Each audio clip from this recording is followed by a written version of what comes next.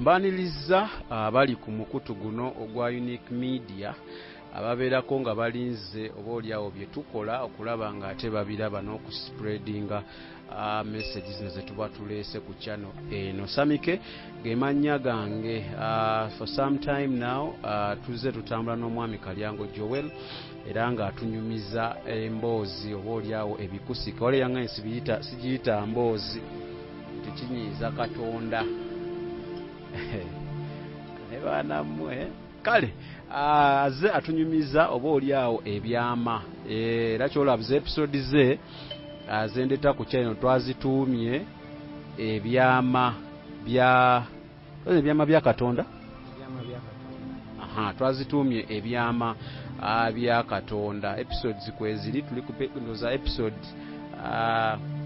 zitambulira ddala era tubadde mu episode esooka twali tunyumye engeri Jesus oba Yesu engeri gye yazaalibwamu.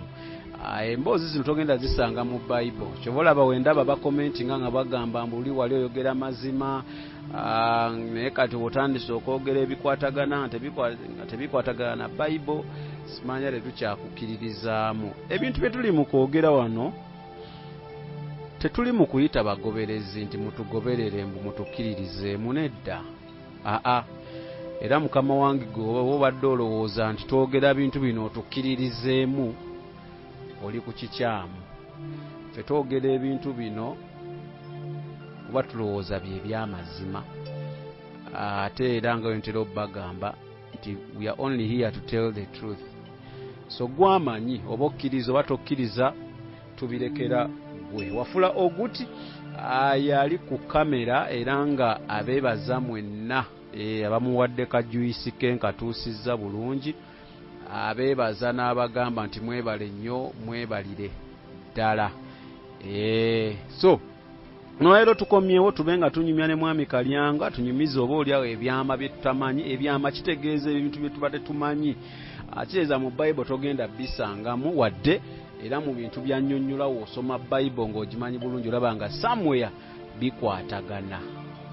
Tumirako Musana nkwagala nnyo musajja wange yaŋŋambye enjogera ekyalo kifu nti toli jjinja olina ekyalo kye waŋŋambye naye nkyerabidde Mukama naye ng'oli awo oteekako ekizindaala abantu ne basobola okuba nga bawulira bye twogera. Nkwagala nnyo nkwagala ddala mama Mundabire omukyala Mundabire omugambe yeebale nnyo yeebalire ddala n'abalala abanoonyanoonyako here and there okulaba nga bambuuzaako mbeebaza mwenna nti Mukama abawe omukisa. Mwami Kalyango njagala osooka obuuze ku bantu then tulabe engeri gye tutandikamu puroguramu y'olunaku olwaleero. Bantu ba Katonda abalungi Mukama yeebazibwe era nga mbeebaza olw'ennyonta gye mulina okutegeera Mukama Katonda yatonda eggulu n'ensi era mbeebaza okuwangayo obudde ne muwuliriza ebyama bya Katonda. Oba oliawo mwali badde obudde mubuwa ebintu bingi nnyo eby'ensi, ebintu bingi nnyo ennyimba z'ensi n'ebirala firimu, naye gwe n'osalawo n'ogamba kowulirize bino era nga gw'okkiriza nti bino bye biyamba emmeeme eyo. Mukama akikubalire kubanga mazima kirina empeera era obudde buno oba obukosezza bulungi maaso ga Katonda.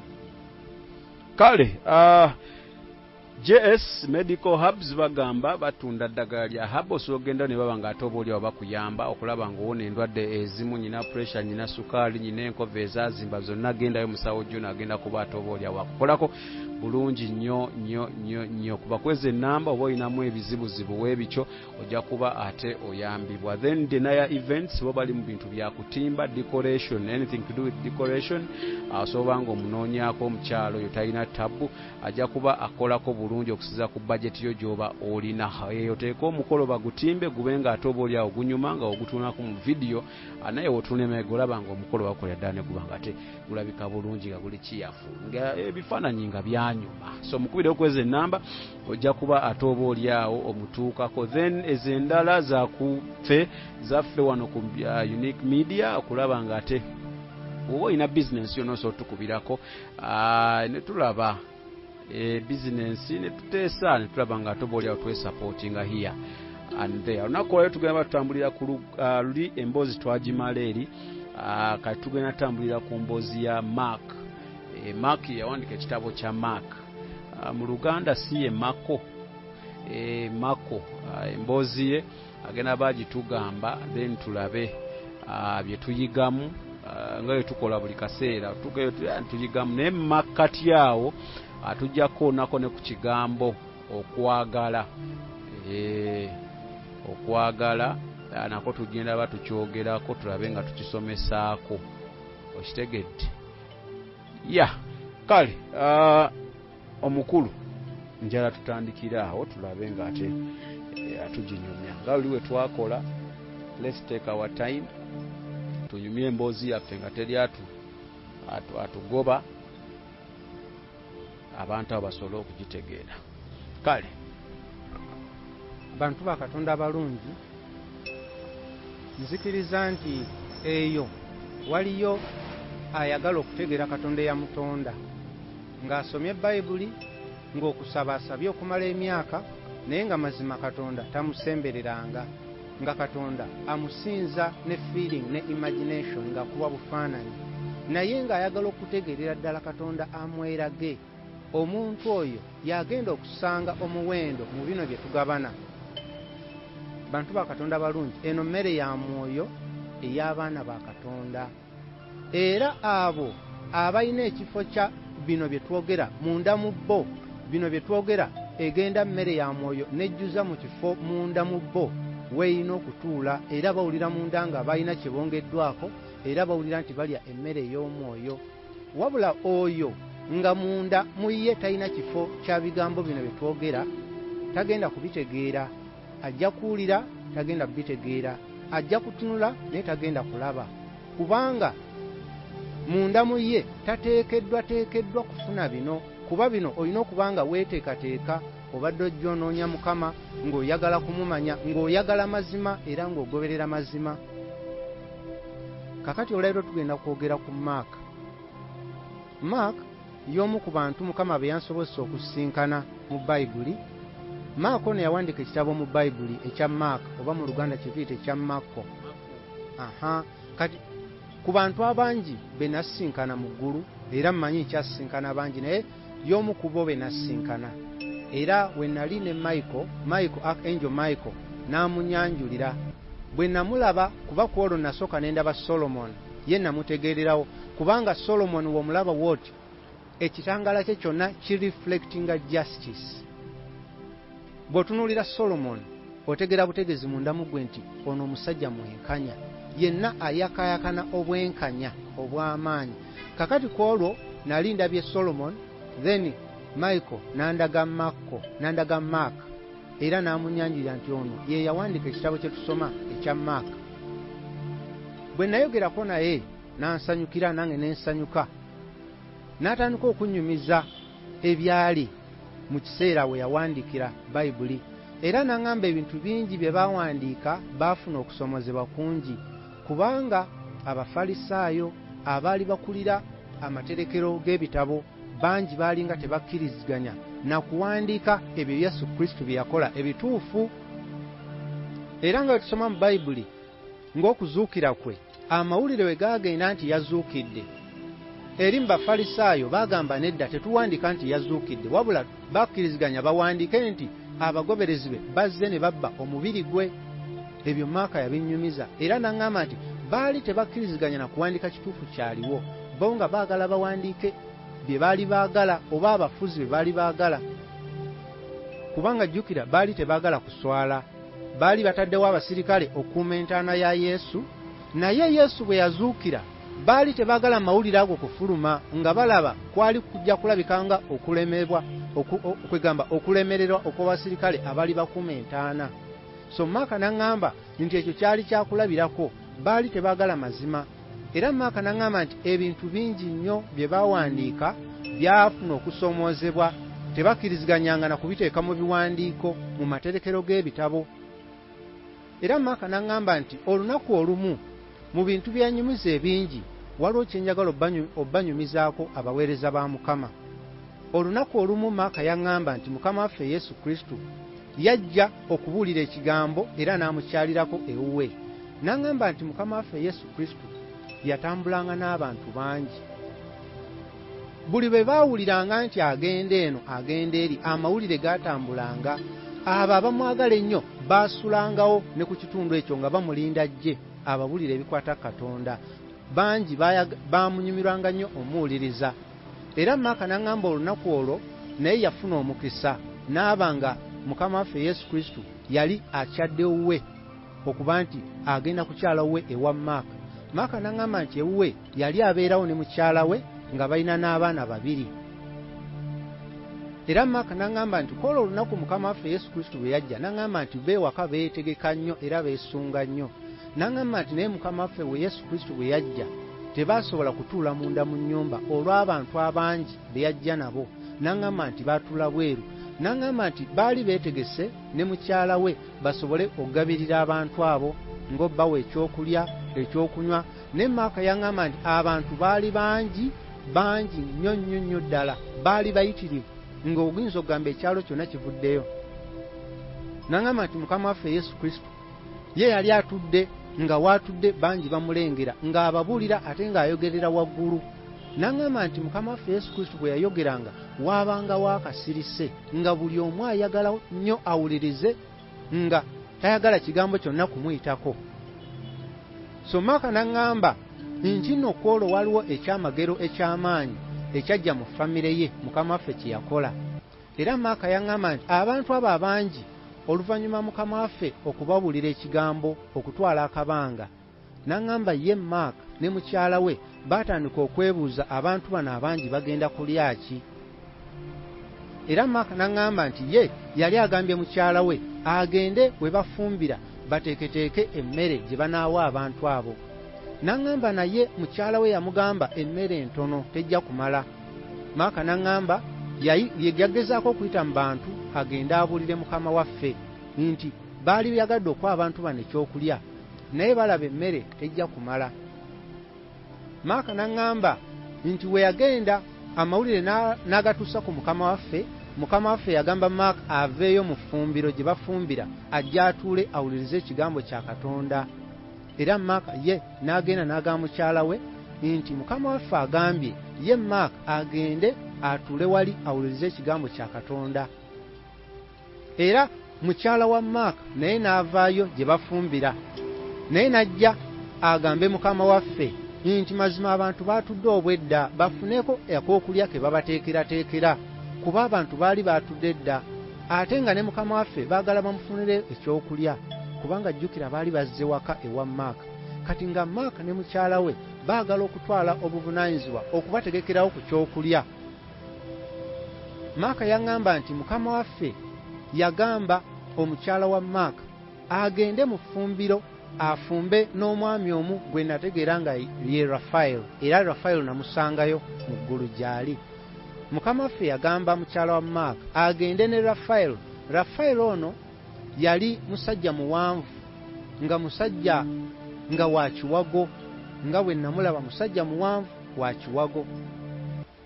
N'agenda mu ffumbiro ne mukyala wa Maaka bagende bafumbe.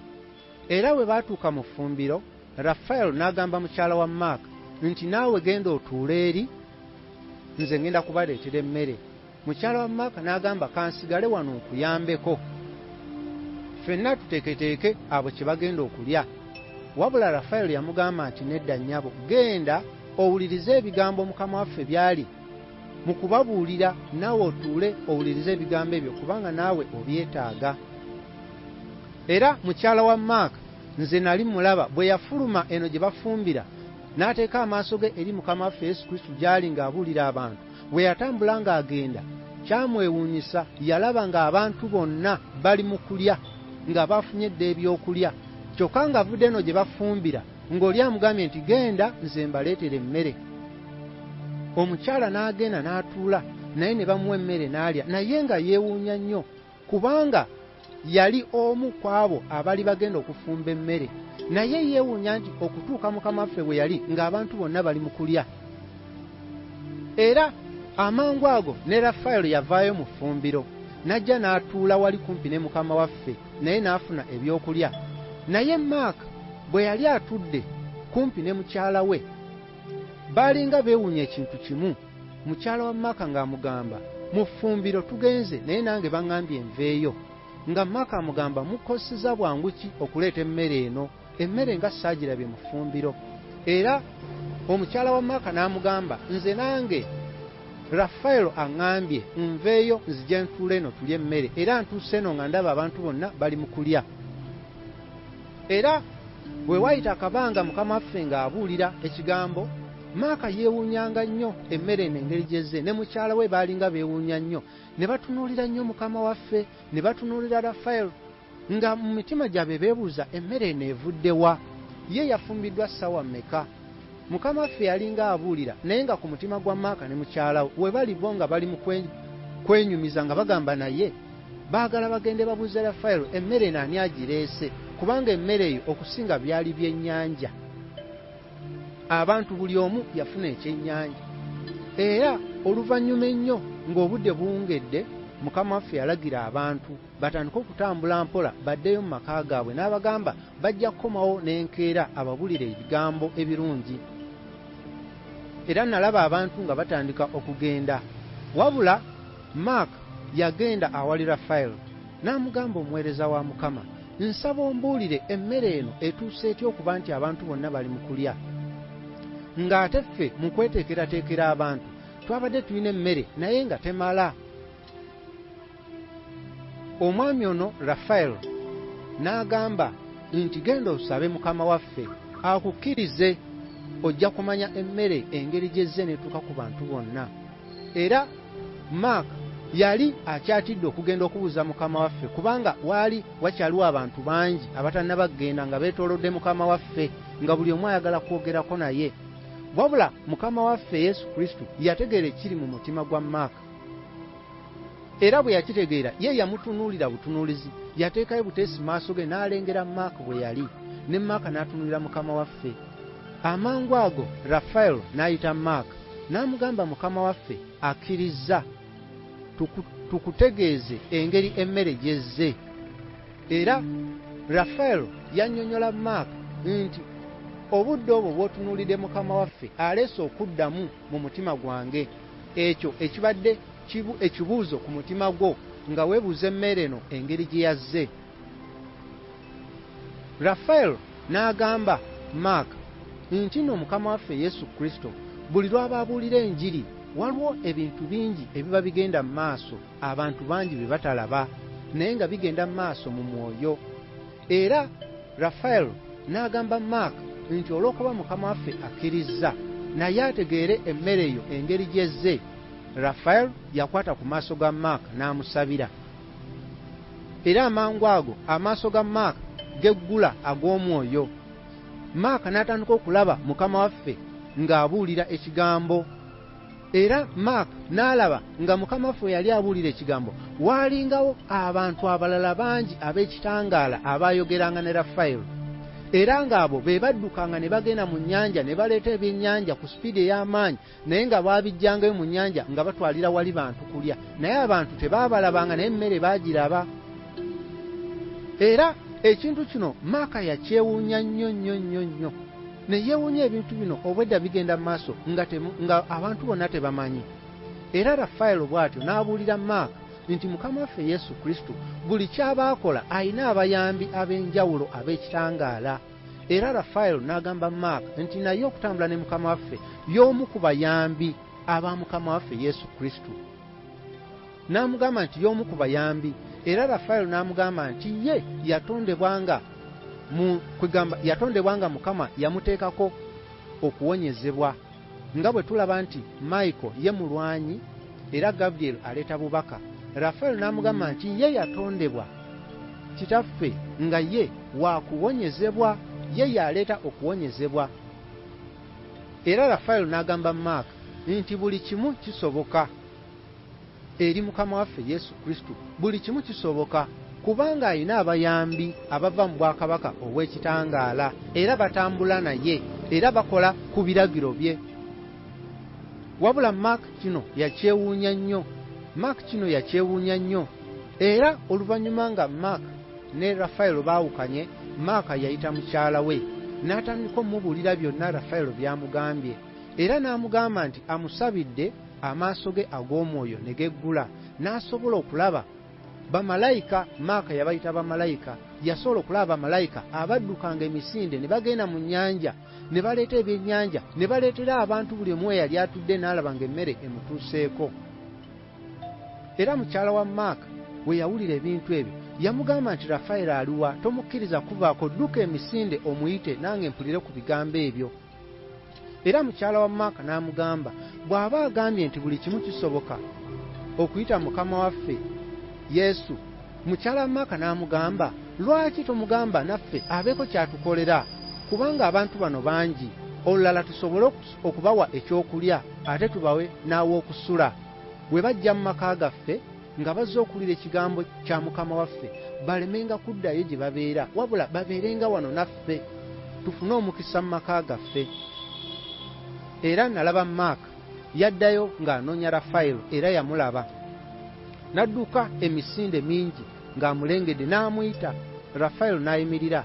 Maaka n'adduka n'agenda awali Rafayiro, era n'amugamba nti nno ebintu by'oŋŋambye mbitegedde, era mazima nzikiriza mu mutima gwange nga sibuusabuusa nti buli kimu kisoboka eri Mukama waffe Yesu Kristo n'abo abayambi be abangi bensobodde okulaba, kuba Maaka yali alabye bamalayika, so nga abantu ba bulijjo baali tebabalaba, ne Maaka yali tabalaba nga Rafayiro tannaba kumusabira.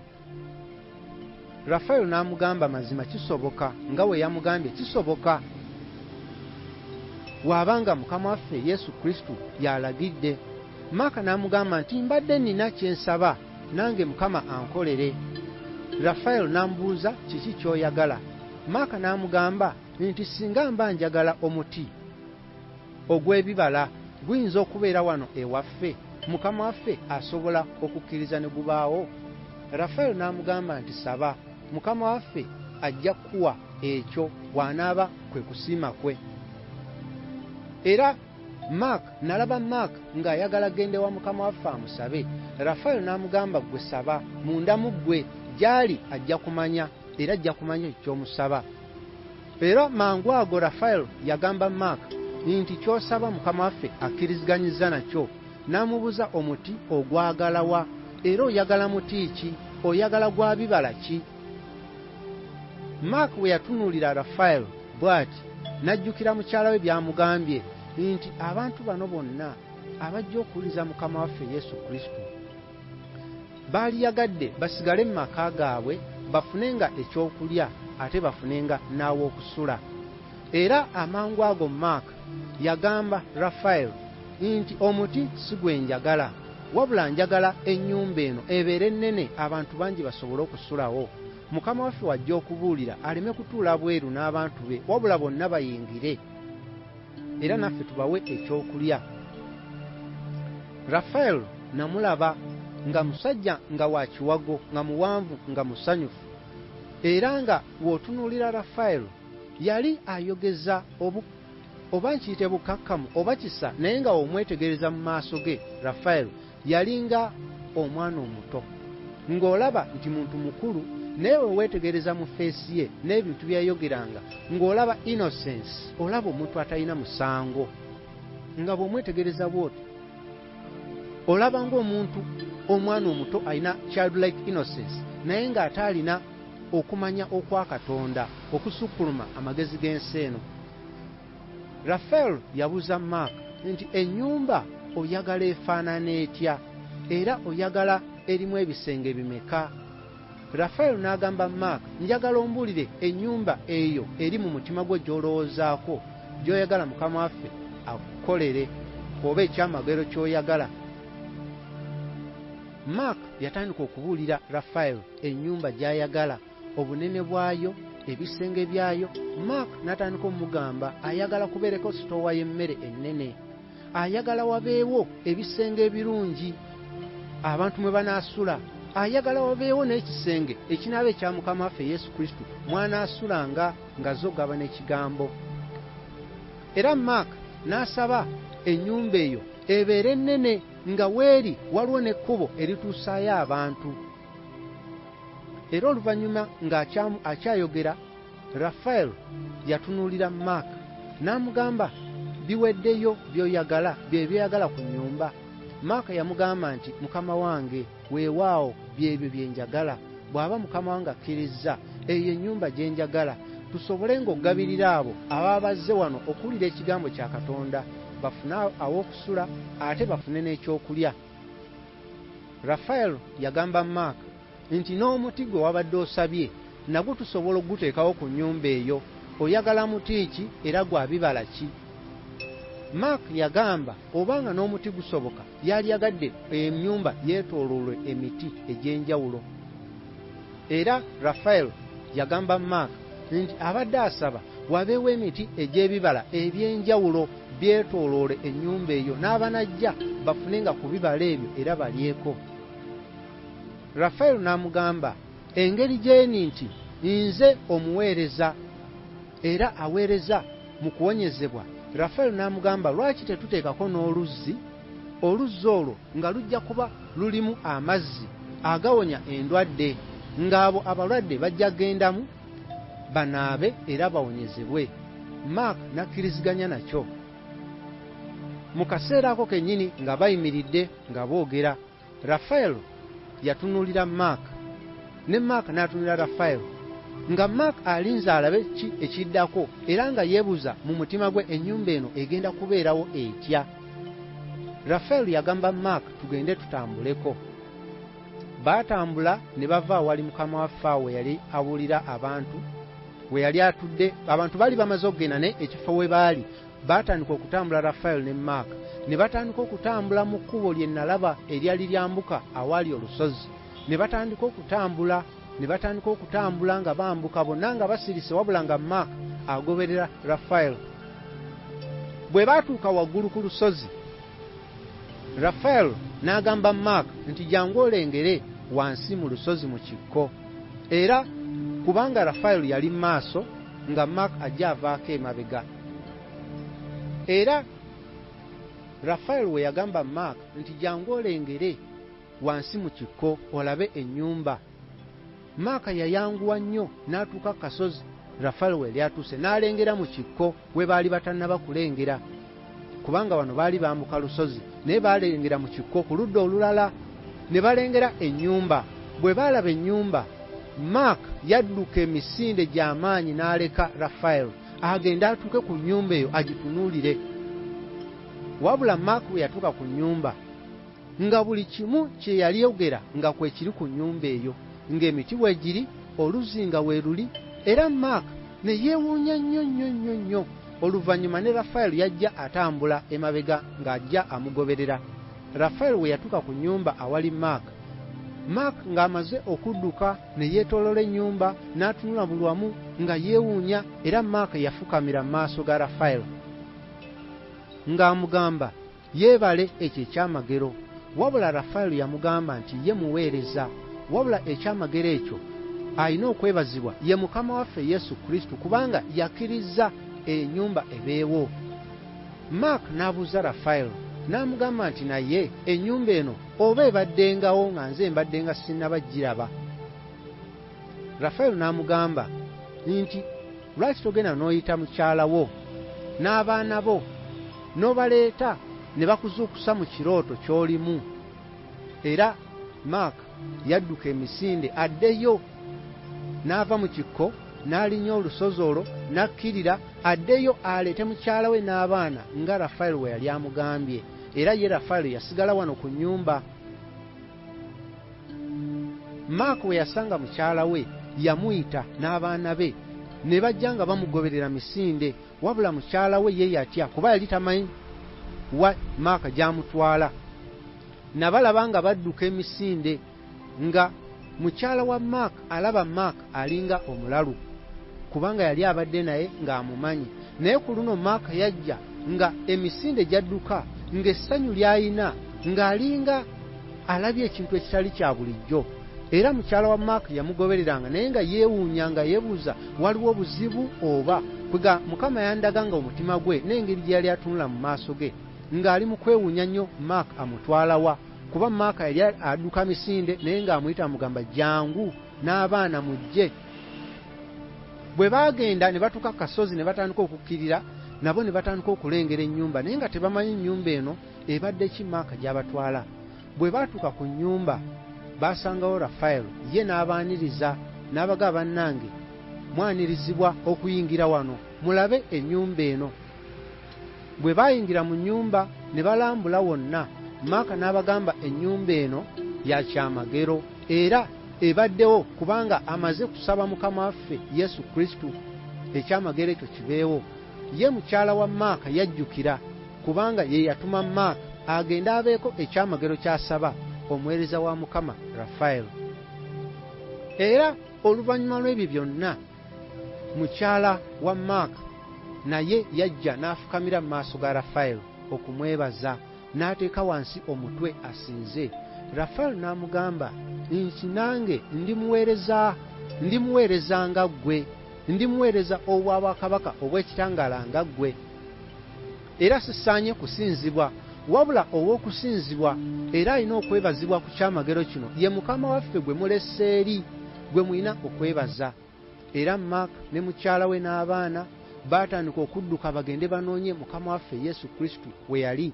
Era bwe baatuuka we baali bamusuubira tebamusangawo, baatandika okubuuza buli omu wa omulokozi gy'alaze, era nabalaba oluvannyuma baagenda ne bamusanga ng'alina w'atudde, ng'alina b'ayogera nabo. Naye olwo obudde bwali buwungedde, ng'obudde buwungedde nga tebukyali bwa misana, so nga luli we baaliira emmere ng'abulira baali ng'obudde ng'omusana weeguli nga budde bwa misana, naye kati bwali buwungedde. Era we baagenda ne bagwa mu maaso ga Mukama waffe Yesu Kristo, baali tebalina kye baayogedde, ne ndaba Mukama waffe ng'abagamba alabye okusima kwabwe. Era Mukama waffe Yesu Kristo n'ayogera n'agamba nti ensi eno yonna ne weeriggwawo walibeerawo ejjinja ery'omusingi gw'ennyumba eyo ng'akabonero nti ekyo ekyamagero kyakolebwa era kyaliwo. Ekyo Maaka y'emboozi gye yannyumiza, naye yalinga nnyumiza nga tuli mu ggulu, naye bwe yannyumizanga nga buli kyanyumya nange nkiraba. Kubanga mu ggulu buli muntu kyakugamba obeera okitegeera mangu, ate oba okiraba oba olaba nti naawe wooli mu kiseera ekyo. Era nasanyuka nnyo Maaka okuŋŋamba ebintu ebyo, era Maaka yaŋŋamba nti ebintu bingi nnyo ebitawandiikibwa, ate nabo bye baawandiika ebingi ennyo omulabe yabirwanyisa bireme kujja kutuuka eno ku nsi. Naye ngeri y'emboozi ya Maaka eyawandiika ekitabo kya Maaka mu Bayibuli. Kale abesikala Maaka yali akulaga ekyamagero Katonda kye yamukolera ebiseera ebyo. Kati nga tunaba kugenda mu kye tuyiga mu lugero olwo, ne of course tugende mu gundi yaffe y'okwagala, because tuyese kino nga kigenda tuzimbira okutuuka ku kwagala kye tugenda okuba ntwogerako. Soko gyewo buno waliwo eyabuuza ku chanaawo, of course bye babuuza bibeera bingi naye nnondamu nti mu ggulu mwali mwogera lulimi ki? Nti lulimi ki lwe lukozesebwa mu ggulu eyo? Kakati mu ggulu nze nga we mba ŋŋenzeeyo era nga ensi ey'omwoyo, nze mu ggulu nja luyita olulimi olwa